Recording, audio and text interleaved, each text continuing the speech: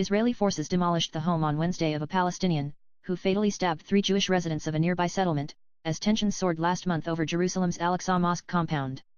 The military confirmed the demolition, in the village of Kobar in the occupied West Bank. Residents said that army vehicles and bulldozers entered the area, north of Ramallah around 3 o'clock a.m. and surrounded the 2-story house, one floor of which was still under construction. In recent weeks, Israeli authorities also arrested the father, mother and 3 brothers of the 19-year-old attacker, Omar al-Abed, according to villagers. The family members are suspected of having known of Abed's plans to carry out the attack in the nearby Israeli settlement of Neve Tzuv, also known as Halamish, and of failing to prevent it, Israeli media reported. The Israeli army said, the assailant had spoken of Al-Aqsa, and of dying as a martyr in a Facebook post. He was shot while carrying out the attack and later arrested. The July 21 attack came with tensions high over the highly sensitive mosque compound in Israeli-annexed East Jerusalem, known to Jews as the Temple Mount. Violence erupted in and around the compound last month after 3 Arab Israelis shot dead 2 policemen on July 14 before being killed by security forces.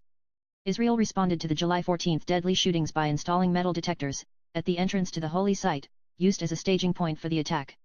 For nearly 2 weeks, worshippers refused to submit to the checks, and held mass prayers in surrounding streets. Ensuing protests and clashes left 7 Palestinians dead, and the stabbings of the Israelis at the settlement was carried out at the height of the tensions. The crisis abated when Israel removed the detectors. The Jerusalem Holy Site, which includes the revered Al-Aqsa Mosque and the golden-topped Dome of the Rock, is the 3rd holiest in Islam and the most sacred for Jews.